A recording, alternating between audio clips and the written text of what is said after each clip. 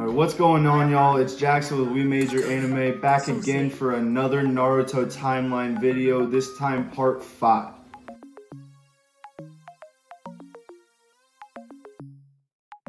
Today we're going to be mainly focusing on Naruto's childhood and basically his upbringing in the village, which was kind of fucked up if you ask me. There's some horrible people in the village that you don't even really think are that bad until you really think about it, you know what I mean? So when Naruto was born, both of his parents die within like 10 minutes to the Nine Tails getting released out of his mother. And they're stabbed to death, they leave some nice words for him, and they die. During this time, Hiruzen Sarutobi, the third Hokage and the sensei of Minato, Naruto's father, decides to take full responsibility and says that he'll raise Naruto. Naruto also had a godfather, who was Jiraiya, who ended up becoming his master later down the road, who I don't think he met till he was 13. And I'm pretty sure a godfather is supposed to take care of the child if something happens to the parents, but I don't know. I guess that might just be over my head or something. It came in fact that Naruto was not raised by anybody, left in an apartment by himself to raise himself, and given a small allowance every week for food and water. At one point, Kakashi even visits Naruto's apartment and finds a bunch of trash all over the apartment, and all there is spoiled milk for Naruto to drink. This could be partially due to when Naruto was born, he was made the Jinchuriki of the Nine Tails, which had just attacked the village, so everybody's absolutely terrified of. Danzo Shimura decided to leak the information that Naruto was the Jinchuriki in order to unify the village in a way to a rallying point of hatred to, just kind of bring everyone together. So basically what he did was he made everybody hate a fucking baby. Shit's fucked up. I'm telling you, Danzo's got to be one of the most evil people of all time in any anime.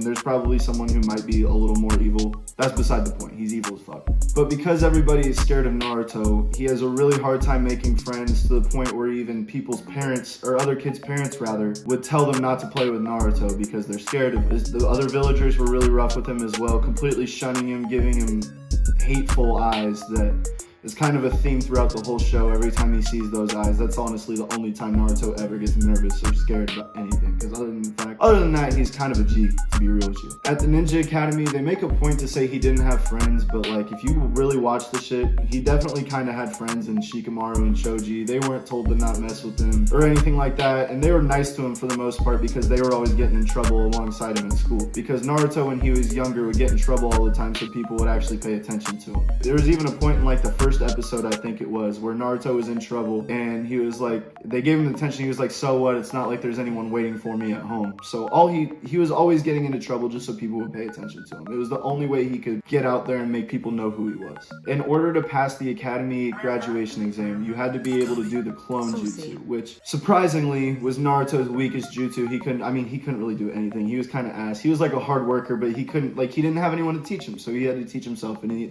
obviously when that happens, you're gonna have a harder time figuring things out, especially when it comes to shit like ninjutsu, where it's just how do I do this? How do I use my chakra? It's just part of me. It's for us, it'd be pulling your blood out of your body and using it.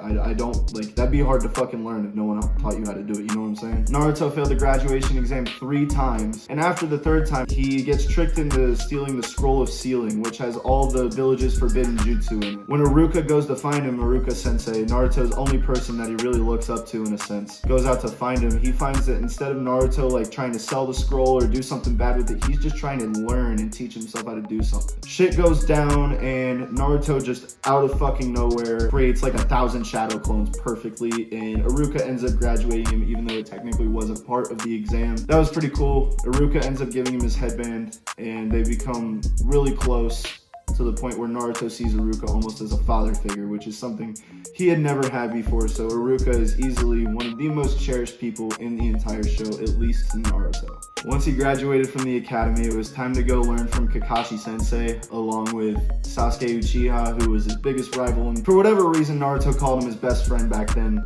Sasuke did not fuck with him. The only thing that made it seem like that was they had similar backgrounds, with Sasuke being the only survivor of the Uchiha clan, losing everything, having nobody, and Naruto never having a family to begin with. So they both knew what loneliness was like. So I guess that's kind of a bond, but he had other friends like Shikamaru and Choji who actually liked him. During the first team exercise, Kakashi Sensei uses the bell exercise, which is super famous in the anime and the manga. The bell exercise is simply an exercise to show teamwork for the first time. However, Sasuke, being a naturally gifted, talented child, sees himself as far above the other two and wants to do everything himself, while Naruto just runs head in and Sakura stands back scared. There's 2 bells, and whoever doesn't get a bell doesn't get to eat lunch.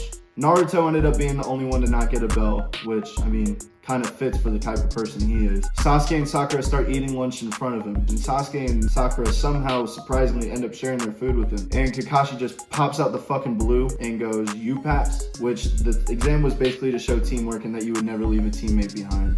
Their first mission as Team 7 was to escort a bridge builder through the Land of Waves in an arc called the Land of Waves arc. However, they encountered Zabuza Momochi, the Demon of the Mist, along with Haku, who's a tracker shinobi from the Hidden Mist, who's basically like their Anbu Black Ops. Team 7 finally shows teamwork, dealing with the Demon of the Hidden Mist and Haku, the Ice user who uses this like crazy powerful jutsu called Crystal Ice Mirrors. They finally show their teamwork. Kakashi gets in a bind. They get him out of it. It was honestly really impressive for a first mission. They end up defeating Haku and Zabuza, bringing peace back to the Land of Waves and letting the bridge be built. This is also the point after this battle where Naruto and Sasuke finally start to respect each other a little bit and start to form what I would call a bit of a bond. Like, they really had to rely on each other in the battle, being children fighting high-level shinobi, which is it's kind of absurd that they beat him, to be honest with you. But like, they started finally respecting each other, and this is where their friendship really started taking off.